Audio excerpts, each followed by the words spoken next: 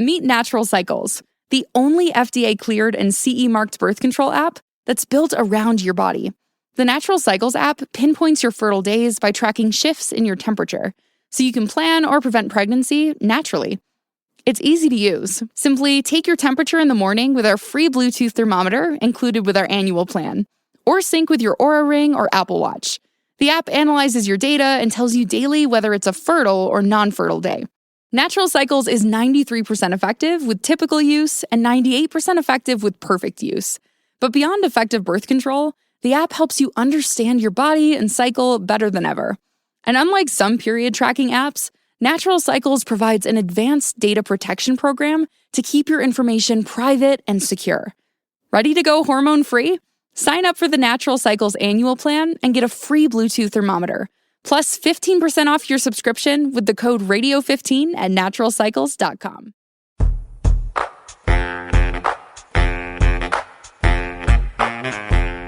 It is the 6th episode of MILB.com's The Show Before the Show, the Minor League Baseball podcast. My name is Tyler Vaughn. His name is Jake Signer, and welcome into the show. Howdy, Jake. Hey, Tyler. How we doing? Good, man. How about you? I'm doing very well. It's been a fun week. This has been like a big prospect week. A lot of big name guys have done big things this week. Last night, we are recording this on Tuesday. Last night we had walk-offs from both Carlos Correa and Byron Buxton, which is always pretty fun. Noah Syndergaard's been blowing up. There are guys all over the place. And we also had a former Major League veteran hit 4 guys in a row last night, 3 of them on 3 pitches. So it's been a fun week. It's been minor league baseball, and in all the ways that minor league baseball is minor league baseball. Those are the most fun weeks. The most fun weeks. When it's an all-encompassing minor league baseball thing, those are the most fun weeks. I don't think we had any animals get loose on any field. So That's true. That is true. Unless you have a bear roaming around somewhere, it's not a full minor league week. Yeah, we'll get there. Smaller critters, usually you hope it's a possum or maybe a dog. Bears. I don't think we've had a bear. Someday we're gonna have to get Brett Phillips of the Houston Astros organization on to talk about his encounter with the possum last year. It's always like a raccoon, a cat, a dog, something like that. But a possum is like a whole other level of gross and sort of frightening. One day we'll get an expert opinion on how to fight a possum off in the on-deck circle. Brett just ran, didn't he? Yeah, he was standing in the on-deck circle. Some guy out there with a garbage can. He was like, I kind of backed away. I held my bat up as if I was going to need it, and then we just kind of all left the field and a guy chased it around with a garbage can. Minor League Baseball, everybody.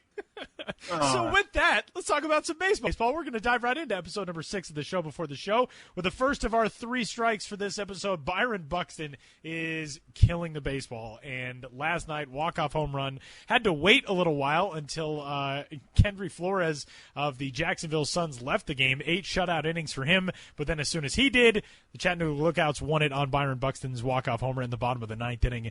He has been phenomenal as of late. Buxton is the reigning Southern League Offensive Player of the Week. Last week, 7 games, 483, 543, 828. That's his slash line. A couple of doubles, 4 triples, 5 runs batted in, 11 runs scored. He's been pretty good at baseball. Yeah, it's the Byron Buxton we've been waiting to see. I know we talked a couple times on the podcast, and I've written on the site how when I went down to Fort Myers for spring training, I talked to Byron Buxton and I talked to some people around the Twins, and they acknowledged that he missed most of 2014 with various injuries. He had a wrist issue, he had a concussion, really felt kind of rusty in spring training. He said his swing didn't really feel like it was where he wanted it to be. And that showed early on. He only hit 190 through his first 15 games. He actually got benched on April 24th, took a day off. Since he took that day off on the 24th, he's hit safely 9 to 10 games. He's got all of the extra base hits in that time. Talked to the hitting coach at Chattanooga, Chad Allen, this week, mostly talking to him about actually Miguel Sano, who's also kind of coming out of his slump a little bit, though not quite to the same extent as Buxton. But Allen said that he thought Buxton was settling in.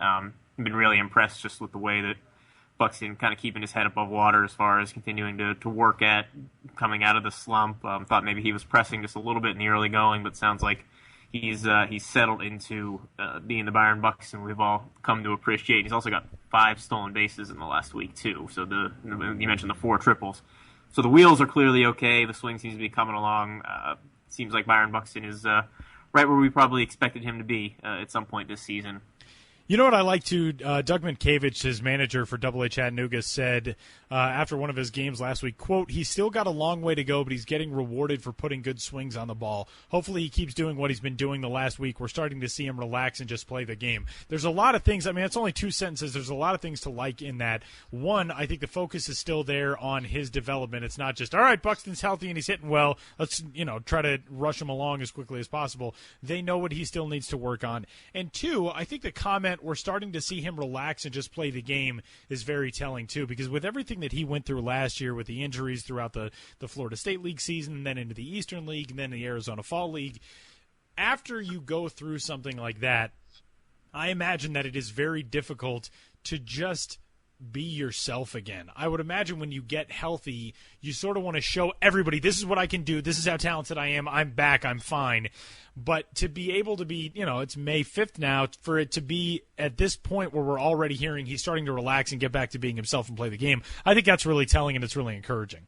Yeah, and that's something that we've seen from Buxton a few times now. When he started his career in the GCL, I think he was 0 for 30 or something like that to start out, and it was a similar thing where he just, the expectations of being the number 2 pick in the draft and coming in, just felt was pressing a little bit and trying a little too hard. And then once he settled down and kind of let himself play at the level he can play, I think that was a lesson he thought he had learned. And obviously, I think it was to an even greater extent that pressure was there this year coming back from the injuries. And he's a guy who he really did not like being off the field. I think that's pretty evident when you talk to him. He likes being there, likes being in the clubhouse, likes being around his teammates, likes competing. I think he kind of needs that. So not surprising necessarily that he would press, but something he has overcome a few times in his career. So not surprising to see him overcome it again early going in this year. Strike 2, Jake. Fire away. Yeah, strike 2. We got Noah Syndergaard, who, Tyler, I think you wrote about once last week, and we've written about him a couple times. He was a PCL pitcher of the week. Had 2 shutout outings last week, both 7 innings, struck out 19 guys over 14 innings. Just 2 walks, keeping the ball in the park. And Dame, he called his first start, which I think is the one you wrote about. No, you wrote about the second one. Right. He called his first start the best start he's really ever had in his career. Said his fastball command was on a different level. And you talked to a guy who was going to be our guest this week, in Frank Viola, the pitching coach in Las Vegas, about what was going well with Noah. When we could expand on sort of what you glean from that conversation. Basically, it seems like everything is going well for Noah. The thing that's crazy about Noah Syndergaard is you hear so much about that power fastball. It's 98, 99. He can get to that velocity early, and he sustains it late in starts.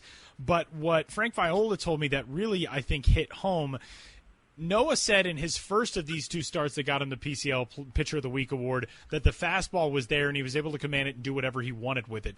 But Viola focused a lot on how good his curveball was. He said his curveball was probably, and this is a quote, I'd say the last 2 games was the most consistent I've seen it since I've met the young man and seen what he possesses. He's been able to throw it over the plate in pretty much any count, and it just makes him totally dominating.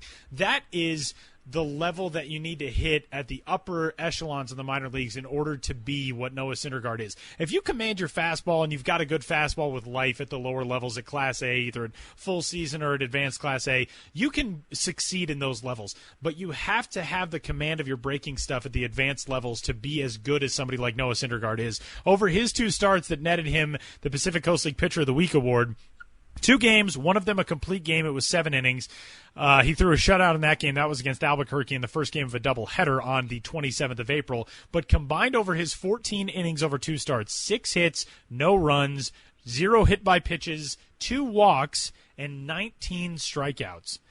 The ERA has dipped to 1.66. He struck out 26 in 21 2/3 innings. And this is one of the most impressive things. He's pitching in the Pacific Coast League, which is, the AAA version of the California League. There's a lot of launching pads in that league. He's only given up 1 home run.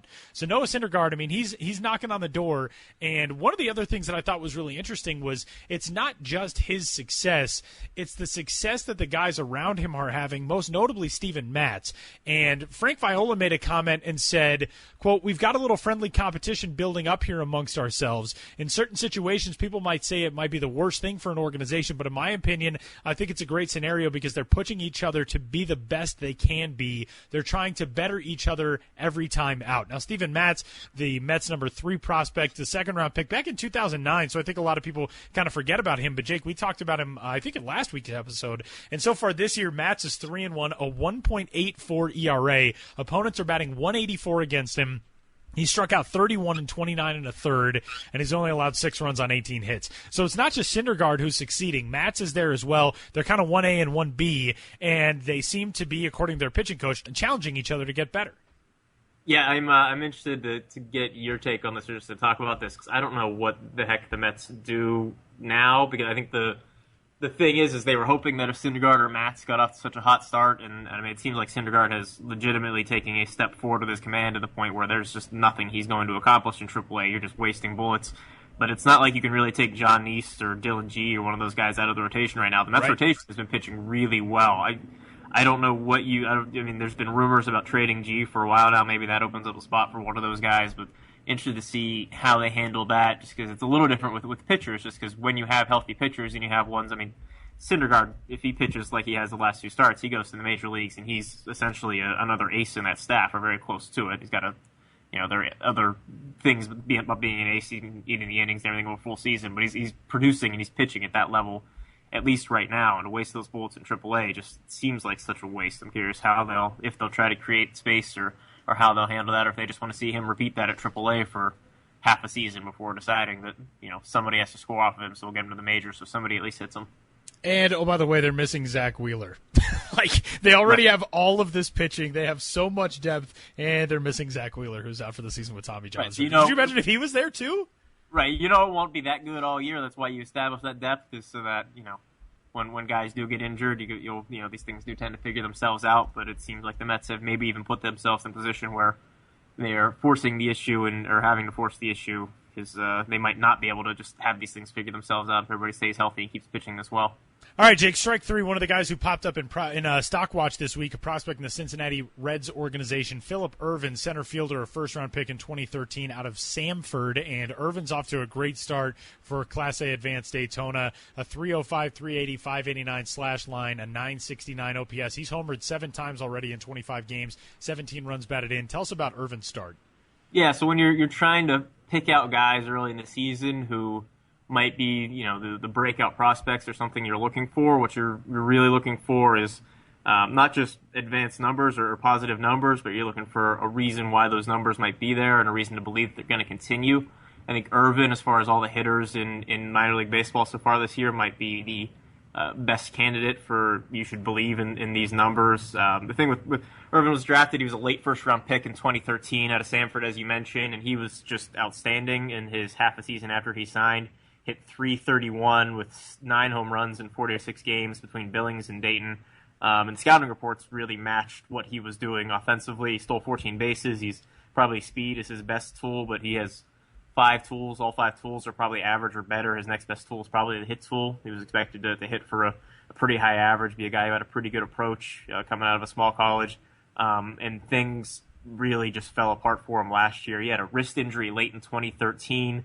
I had to undergo surgery for that to repair some torn ligaments, and really just never recovered. He came out in April and hit .207 with no home runs with Dayton last year. And he sort of downplays the effect the wrist injury had on him. The Reds have publicly said they thought the wrist bothered him early, and then what happened was he struggled, and he never really struggled playing baseball before, and really just kind of withered under some of that pressure and some of that, and just kept trying to press through it. Finished the year, he only hit .237 with 7 home runs as a college guy playing in the Class A Midwest League. It was a really disappointing season. He kind of fell from a guy who looked like he might be, on the cusp of becoming really an elite prospect in the game, and I think he fell out of MLB's top 100, definitely fell out of MLB's top 100. Really put himself in a position where he was in danger of falling off the prospect radar. But this year he's come back, he's healthy, the wrist feels good, he's got his head cleared, and he's just been outstanding in the Florida State League. He's hitting .303 through 26 games. He already has 7 home runs. That's matching his home run output from last year already in a tough hitters league. I talked to him and I talked to his hitting coach, Kevin Mahar, earlier today, actually, and the thing they said is it really is just all a mental thing. His head is a little more clear. Mehar used words like calm and rhythm, talk about how he's staying inside the baseball, trying to use the whole field. One thing he did when he was pressing a little bit last year was he's getting a little too pool happy. Seems like that's something he's corrected. He's hitting the ball up the middle a little bit more. His power is still mostly to the pool side. But you talk about Cincinnati as an organization that is sort of up in the air as far as its long-term future. Are they going to go into a full rebuild? Are they going to just try to retool? How are they going to sort of handle that? I know they have pitchers with contracts that are expiring soon, Cueto and some other guys. If Ervin is the prospect that he could be based on his tools, if he keeps hitting like this the whole year, that's an impact guy that could get to the majors pretty quickly, and that's the kind of thing that can change your long-term plans as an organization as much as any one kind of player can. A guy who can play center field and hit for power, that's the kind of guy you can build around, and Ervin has that kind of potential, which would be a real steal considering he was the 27th pick in the 13 draft. So that's got to be encouraging if you're a Reds fan, and something you can kind of buy into just based on the mix of the numbers and the scouting reports so far. And a guy who hits for power, as Jake said, a .589 slugging percentage through his first 25 games this season. He played today as well, but doesn't strike out a ton. So far, 25 games, he struck out 18 times, but he's also walked 12 times. That's an encouraging sign, too, for a guy who has a lot of tools to put into a very valuable spot playing up the middle and center field. Yeah, this was the best case that the Reds were kind of hoping for when they made that pick, was that he would be this kind of guy, and aside from a lost 2014 season where he was injured and I think did some learning just on overcoming failure and things like that, he's been that guy in pro ball in 2014. So that's looking very encouraging for Cincinnati right now. The Reds have a lot of fun pieces coming up, too, and Philip Ervin is one of those guys in the mix. And one of our other topics here from Three Strikes today is going to be a heavy topic for our guest in episode number 6 of MILB.com's The Show Before the Show. Las Vegas 51's pitching coach, Sweet Music, Frank Viola, joins us next to talk about some of these top prospects coming up in the Mets organization.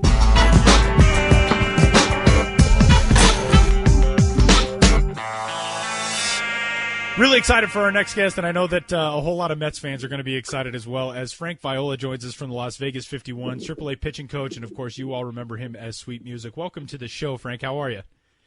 I'm doing well, thank you. Appreciate it. So it's obviously a very exciting staff for you to have as a pitching coach for this team in Las Vegas. And we're going to talk a lot about the guys that you've already had come through and the guys who are on that staff right now. But let's start things off with Noah Syndergaard, because he's the reigning PCL pitcher of the week, top prospect in the organization. He's been outstanding. And you and I talked over the weekend, and I know in Noah's start 2 times ago, he said his fastball command felt better than ever. You said the last 2 starts, his curveball command has looked better than ever. Tell us about just how he has been exceeding these last 2 starts, pretty much everything that he's done up until now, which seems like it would be virtually impossible to do. But how is that mix, being able to command everything, kind of pushed him over the top? Well, I think it all starts with confidence. You know, last year was a major learning experience for Noah. It was the first time he really struggled in his career.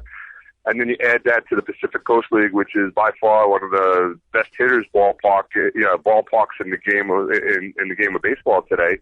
You know, so he learned a lot last year. And instead of crying about it over the offseason, he said, you know what, I'm going to do something about it. He came into spring training with the newfound maturity. He has since then just taken off. And as you mentioned, you know, his curveball's been great, his fastball's been great, his changeup is improving. Everything about his game has gotten better, but it all starts with maturity. You know, saying, hey, I've learned from my mistakes. I'm going to go on from there. I'm not going to feel sorry for myself.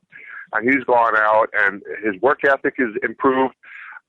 Everything about him has improved to make him a better, more complete pitcher, and it's showing now. I still see continuing improvement over him, and when he does get called to the big leagues, be it tomorrow, be it in a few months, whatever the case may be, he's not only going to be ready, but he's going to take charge and be dominating up there. Yeah, you talk about the confidence and the maturity, and I'm curious just how that affects, obviously there's things to work on, but what he has been working on. You mentioned the fastball command, improving command of all the pitches. Is that something where mechanically he is being a little more consistent? Is that a reflection of the work he's putting in, or what's kind of leading to that improved fastball command? Well, there's no question it's repeating your delivery. That is first and foremost. You're correct. You're totally right in that regard. You know, when you're able to repeat your arm slot and throw all 3 pitches off that arm slot, it makes it almost virtually impossible for a hitter to know what's coming. And then you add a 98 miles an hour to that factor. It's like it's unfair when he gets on top and throws the curveball like he's supposed to, when he throws a changeup like he's supposed to, when he locates his fastball like we talked about earlier. He's just so different from 98% of other pitchers out there. You just don't have God's gift of 98 miles an hour being able to use the other secondary pitches off of that. That's his biggest benefactor. But then when you add that to the work ethic, the side work he puts in, the stuff that a lot of people don't see because not at the ballpark. They just see the final verdict where he's out in the mound throwing the hitters. It's everything leading up to, and that's where he has totally improved his total game, and that's why he's at the point he's at right now.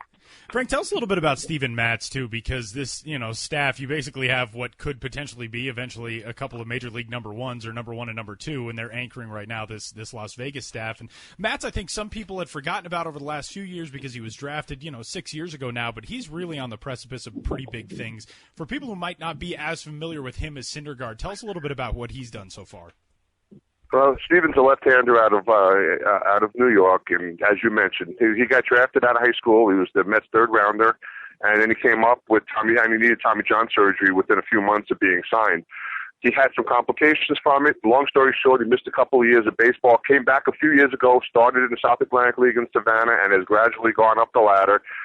And each year, removed from the Tommy John surgery and more confident in his ability to be able to throw his fastball and all this stuff without fear of injury, his career has taken off. We're talking a left-handed pitcher who throws anywhere from 93 to 96 miles an hour with a ever-improving curveball and a plus changeup.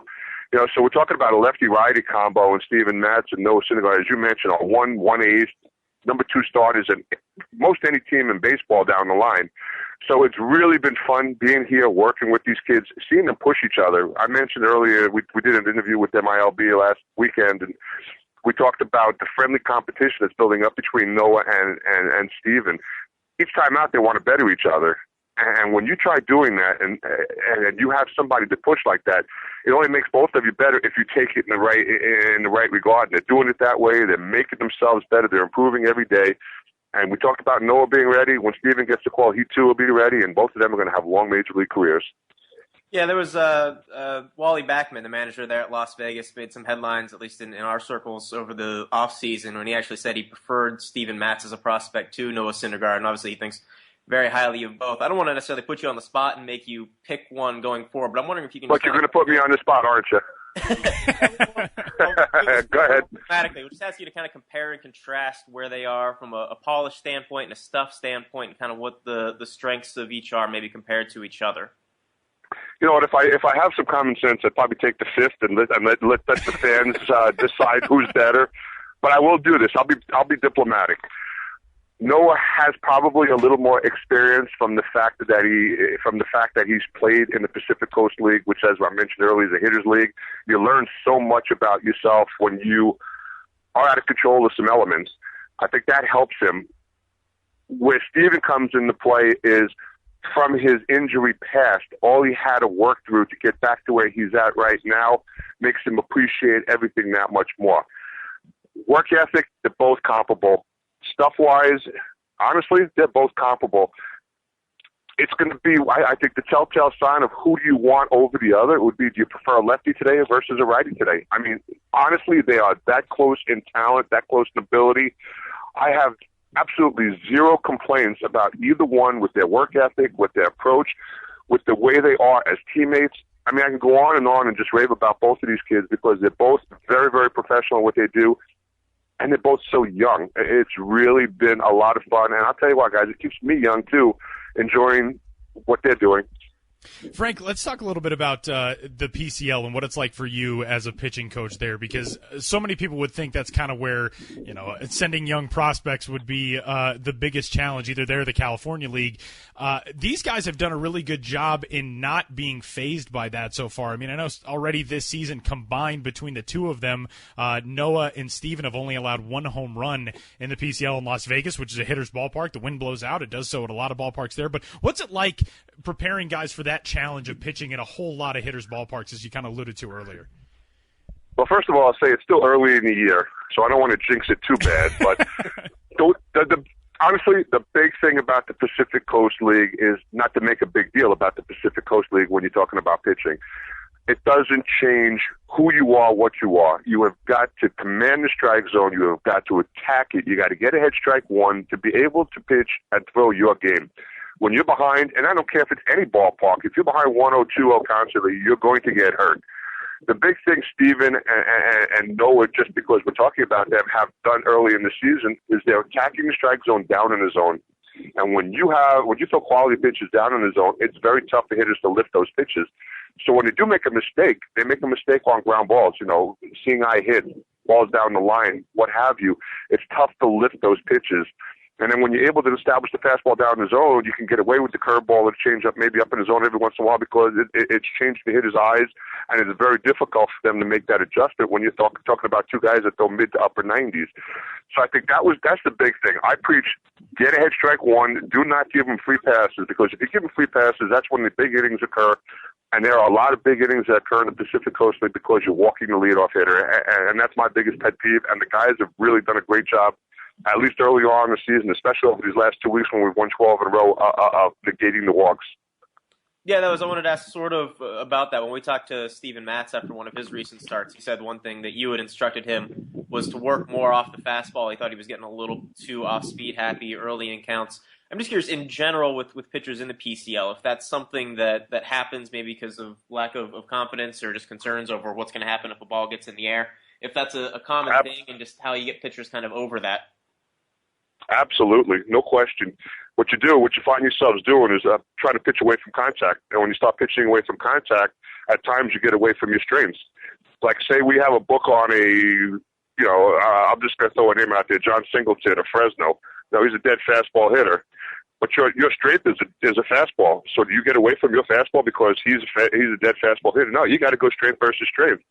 So what you got to do is you have to establish in your head, and you have to game plan it with your catcher. Hey, my best pitch is my fastball. This is the pitch I have to establish, and I throw all my pitches off. That's similar to what we talked about with Steve. It's so much easier said than done. When you get into the heat of the moment, you really need to have a catcher that really stays with you and explains to you the game plan, sticks to the game plan, so you guys both can build up confidence in each other to know that I'm in the spot, I'm not going to run away from contact. I'm going to challenge that contact with my best pitch, my fastball.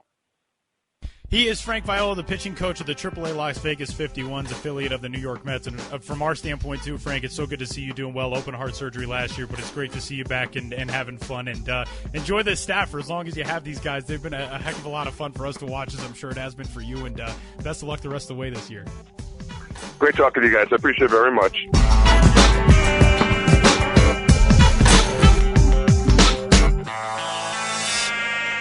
Big thanks to Frank Viola for talking to us about some of the next wave of Mets stud pitching prospects. As if we haven't heard enough about that over the last 5 years, there's a lot more of them on the way. So if you're a Mets fan, get excited because it could be a very fun run for you, watching guys who are just blowing away radar guns and hopefully staying healthy here over the next few years. With a lot of talent coming up in that system, kind of similar to another system that we've heard so much about going into, especially this 2015 season, and that's the Chicago Cubs. And one of their top prospects has made headlines over the last couple of weeks for his shift in role. And for this week's edition of Things I Read, we're going to bring in our good pal Sam Dykstra of MILB.com. Welcome back, Sam. How are you? Good. Happy to be back. So tell us about Carl Edwards Jr. People may know him as C.J. Edwards, but he's going by Carl Edwards Jr. now and has shifted to the bullpen for 2015. C.J./Carl, he's an interesting case because a ton of talent, not the biggest major league style build, and in fact has a nickname that sort of alludes to that and some of the questions that people have about where he'll stick as a pitcher going forward in his career. But tell us about what you learned about Edwards and his move to relief this season for AA Tennessee. Yeah, well, there's a whole lot of things going on there in his move to reliever. One of them you kind of touched on there is his kind of build. He's 6'3", 170, at least listed at 170. And that gives him the nickname String Bean Slinger, which is something he's had, I think, from his time, all the way going back to South Carolina. And we don't live in a good nickname era in the world. Like, everybody's like first initial, first syllable, last name. String Bean Slinger is one hell of a good nickname. Yeah, we're very much like that. We're a pretty good podcast for this stuff. Thor is a pretty good one, too, on Syndergaard. And the good thing is they're embracing it, too. Like, Edwards, his Twitter handle, I think, is C Edwards SBS. So that, he's at least buying into it. But yeah, with a guy like that, you don't know how many innings he's going to handle going forward. at least durability wise. He did have some injury problems last year that limited him a little bit. So to start the year, the Cubs sent him back to Double-A Tennessee, and they said, we're going to try something new with you. We're going to try you in relief, which is something he hasn't done yet as a pro. And there's a couple reasons for that. One is durability. Maybe going forward, they don't know if he's going to be a starter long term. So let's try to get him into that role now. Two, they're going to be limiting his innings this way. So if he's only throwing 2 innings, 3 innings at a time now as a reliever, he'll be stronger and ready to take on more innings potentially in August, September if they decide they're going to move him to the starter role. And 3, that may just be where his major league future is. He's got the stuff. He's got, I think MLB.com gave him a 60 grade fastball. He's got that just kind of electric stuff for a wiry guy. And when I talked to him last week, he talked about how he adds 2 to 3 miles an hour to what was already a very good fastball in those shorter stints. So that's something that he's kind of embraced. He's seen what's happened to Addison Russell, who moved to second base so he could move to the majors. Chris Bryant played center field, which is something we had never seen him do, or he had never done even in spring training. They tried him out in left, never mind center. Kyle Schwarber's a guy who came in as a catcher, but they've tried him out a little bit at outfield last year. So the Cubs value versatility, and he's seen that, and he knows the route to Wrigley might be through relief. So he's going to buy into that for now. And after some bumps in the road in the beginning, he had some control issues. I think in his first 5 outings, he walked 2 guys in each one of those outings. Yeah, he had 10 walks in his first 5 appearances. So maybe playing up with that stuff a little bit has forced him to lose a little bit of his control. But that's the thing he's harnessing. I know you talked to him the other day after he got his first professional save. 2 no-hit innings, no walks, 2 strikeouts. That's the kind of C.J. Edwards we saw in him as a starter in the Ranger system, and also a little bit 2 years ago in Daytona, and then last year in Tennessee. So yeah, this will be something to keep tabs on. I really don't think the Cubs know what they're going to do with him next. If he continues to pitch like he did the other day and getting that save, maybe they decide, yeah, he is best as a reliever, and we're just going to keep him there. But maybe they decide, we'll give you back your starters innings and just see if we can get the most impact out of you there. So for right now, it's a very interesting thing to keep tabs on. At least he's improving. He hasn't allowed an earned run in 3 of his last 4 appearances after the first 2 rough outings to start the year. So yeah, it's something we'll keep an eye on as it goes along. And it seemed like he embraced the mental approach of closing. He said after that start, quote, "It's something I can see myself doing now, forever, or just whenever they think." And a lot of guys, I think, get thrown into that, especially they've been starting for their entire careers. They get thrown into it and sometimes don't really know how to adjust because they don't have the routine of getting ready the same way they do every time out. But he is a kid who is very mature. I think that's what probably strikes the Cubs, and a way that they feel they can move him is that it doesn't seem like anything like that is going to beat him. He talked about the energy of that moment and said he really had to take some deeper breaths to calm himself down. But that's something that I think the Cubs really see in a lot of these guys. I mean, Chris Bryant's kind of the same way. Even though, his future may be at one spot, he has the maturity and he has the ability to be tried out somewhere else. And the Cubs don't worry about doing that with guys. And a lot of organizations that have been very successful with their top talent have done that. The St. Louis Cardinals, I wrote the organization All-Star story for them last year, and it was like every guy we named as an All-Star came into the organization at a different position. So a lot of teams are really starting to try this out. And I think that's one thing where Edwards really hits is his maturity level.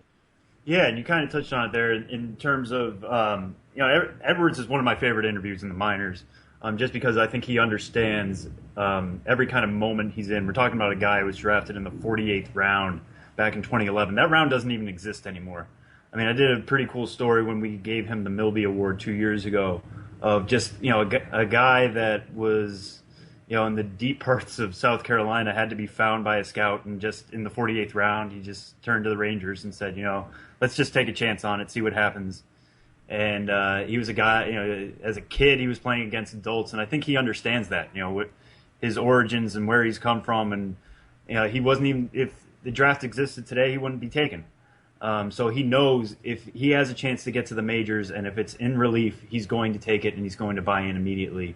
And it helps to know that the Cubs know what they're doing. I mean, they've showed that they've handled the farm very well the past couple of years. We're getting to see the fruits of that labor now. So I think that helps everybody in the organization, and Edwards, like I said, has kind of bought into that. So how much do you think the move to move him to the bullpen, obviously that potentially gets him on a faster track to the majors, how much do you think of that is fueled just by the fact that the Cubs came into the season thinking they might be in a position to compete at some point, and when you're competing, you kind of need all the effective bullpen arms you can need? How much of it is about that, and how much of it is just about trying to figure out what's really going to be best for Carl's career, do you think? I think... kind of said it before too. There's just so many different things that are going on to it. I don't think it was just one reason over another. I think it helps that I think he's on the 40-man roster now, so he's definitely a potential call up in September. And if they're competing, he's definitely an arm you would like to get an inning out of here and there. And you would, like I said before, they wouldn't have to worry about his innings running up if they're controlling it very well now.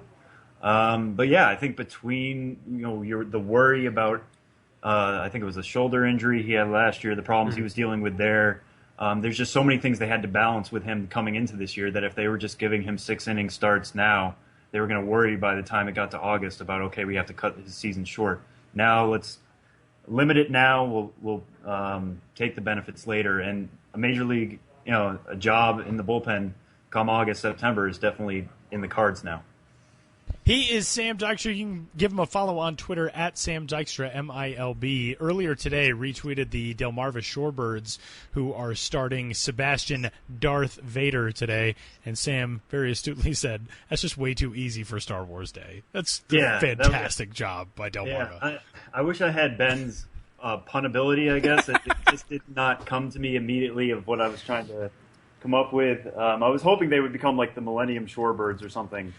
Play off of it. That was the best my mind could do yesterday. I didn't have enough Jedi mind tricks in the back. I just really hope the coaching staff structured the rotation so it would land that way. Oh, we can only hope. We can only hope. Player development is the most important thing in the minor leagues, except for also Star Wars night on giveaway days. Yeah, and I hope they had a few rainouts too that they just factored in anyways, something like that. Sam, thanks, man. Thank you. Talk soon. Continuing along our jaunt through our minor league baseball cohorts, Jake Seiner and I get to welcome in another good pal of ours, Benjamin Hill, for our Ben's Biz Banter segment of this week's show. Howdy, Ben. Howdy, Tyler. You're the second person I've greeted with howdy, like this is an 1860s show about the railroad. Well, howdy, Ben. You just decided we're going with the Ben's Biz Banter line. I know, I just unilaterally made that call now. No, I like it. This is a dictatorship.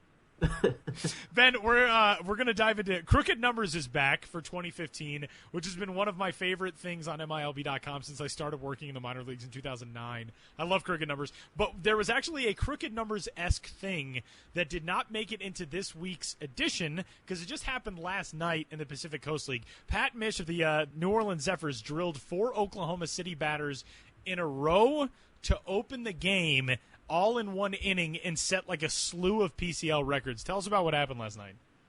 Yeah, well, first I do want to give a little context of what a crooked number is for those listening at home, which is all the weird stuff that happens on the field in minor league baseball. Which is a lot of it. A lot of it. I mean, obviously, or hope maybe not obviously, but most of what I write about is, the promotions and the game operations and the culture of minor league baseball and the ballparks themselves. So I don't get to write about games too often, but this has always been kind of a labor of love of mine. Crooked Numbers, just finding the real weird stuff, and it was kind of inspired by, I think, going back to being a kid when Jason Stark was still writing in the Philadelphia Inquirer, and I would read his Sunday columns and just kind of obsess over that weirdness, and so I love being able to bring that to the minors, and when weird stuff happens, I try to be all over it, and this month I had a little help from our colleague Ash Marshall to find as much weirdness as possible. And Pat Mish just last night, he did not miss opposing batsmen. He hit 4 in a row to start the game, and no PCL pitcher, this is a 112-year-old league, has ever hit 4 batters in a game, let alone to start a game. And he went on to hit 5 batters, and no PCL pitcher, obviously ever hit 5 batters. In fact, no team has hit more than 5 batters. He tied the all-time PCL team record for hit batters just by himself last night. And the last time that a PCL team hit 5 batters was a decade to the day from when Pat Mish did it yesterday. That is so bizarre. May 4th, 2005, it happened Salt Lake Stingers against the Portland Beavers, and 10 years to the day we wait until 5 PCL batters are hitting a game, courtesy of Pat Mish.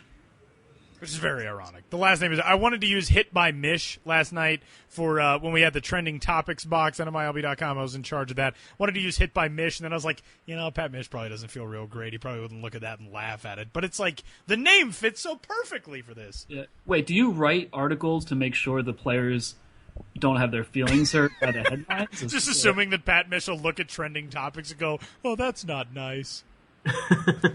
Yeah, you can't take the players into account. That would be a mission impossible. No. Yeah, no, we had some good stuff in the last week. We had a team get 19 hits, and they were all singles. But Ben, I actually wanted to ask you about the legend of Mike McCoy and how it's still growing out in the West. You can tell us what he did last month that made him so notable. Yeah, well, one thing about Crooked Numbers is always go for the position players pitching. That's just a very regular, recurring feature of the column, and it happens a lot more in the minor leagues than it does in the majors. Bullpens just run out of guys, and managers aren't about to have somebody's arm fall off just so he can pitch 7 innings in an 18-inning game. So you inevitably have these position players coming in, and then when you get to kind of career minor leaguers or kind of guys who bounce all around, you find guys like Mike McCoy, who's 34 years old, and he pitched on April 10th. He pitched an inning for the El Paso Chihuahuas. So McCoy is an outfielder. He's an outfielder. Yes, thank you very much. That's crucial to the story. So Mike McCoy, 34-year-old guy, a journeyman, been all around minor league baseball, spent some time in the majors as well. So I saw that he pitched an inning. He's an outfielder. He came in, pitched an inning, and I just wanted to look up, like, hey, has he done this before? And he has pitched 8 2/3 innings over a span of 12 seasons with 6 teams in 5 different leagues. So he is a position player who has taken the mound for the first time way back with the Peoria Chiefs in 2004, and then Palm Beach, and then Colorado Springs, and in the majors with the Toronto Blue Jays, and then with the Buffalo Bisons, and now with the El Paso Chihuahuas. And if that's not a deeply American story outside of pitching for Toronto, I don't know what is, but he's bounced around all over the place. The the versatility that guys have to have, and I'm sure somebody looked at him and was like, at least if we get in a jam, we got McCoy here. Somebody in his career has thought about that. Oh, without a doubt, and I don't think that's what's keeping him on a roster, but it's just one more ace up his sleeve. And I think in the minors, sometimes people can be automatically critical of the guys who are in their mid-30s, like, what's he still hanging around for? And it's maybe because you love playing baseball and you can make a living at it, and you just can go all over the country doing these things. And I like the stories of a guy like Mike McCoy, doing this in El Paso. Yeah, and he sticks around because nobody cares if he gets hurt pitching either.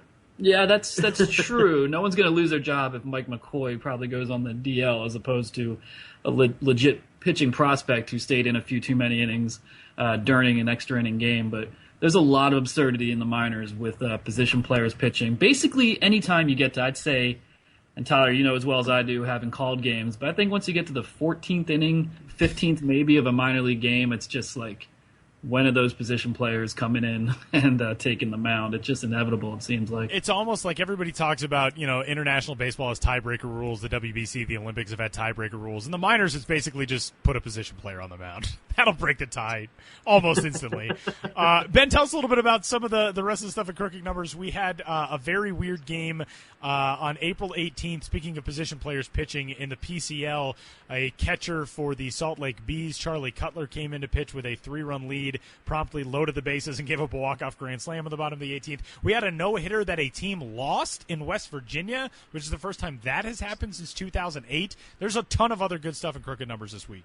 Yeah, it goes all over the place. You can just go on and on and on. One thing about that no-hitter is the Virginia Power, 3 guys combined to pitch a no-hitter, and the West Virginia Power still lost the game 1-0. In doing a little, not research on that, but in looking at that, it occurred to me that is, I think, the weakest no-hitter you could possibly have, in that it was a combined no-hitter, which, waters it down. It was a 7-inning game, which waters it down further, and the team that pitched the no-hitter lost. I really don't think you could potentially It's true. a no-hitter that's worse across the board than what the West Virginia Power accomplished on April 15th against the Hagerstown Suns. But you know what? They still pitched a no-hitter in some way, some form in a professional game. It's amazing Ben managed to say all that. He was making the Michaela Maroney face the entire time. But then I thought So about unimpressed. It's still a little impressed because this is still professional. And if you can say, hey, I was involved in no-hitter in a professional context, that's more than almost anyone can say. So He is Benjamin Hill. He is our promotions guru. He is our cricket numbers guru, and he's a good man as well. Thanks, Ben. hey, thank you.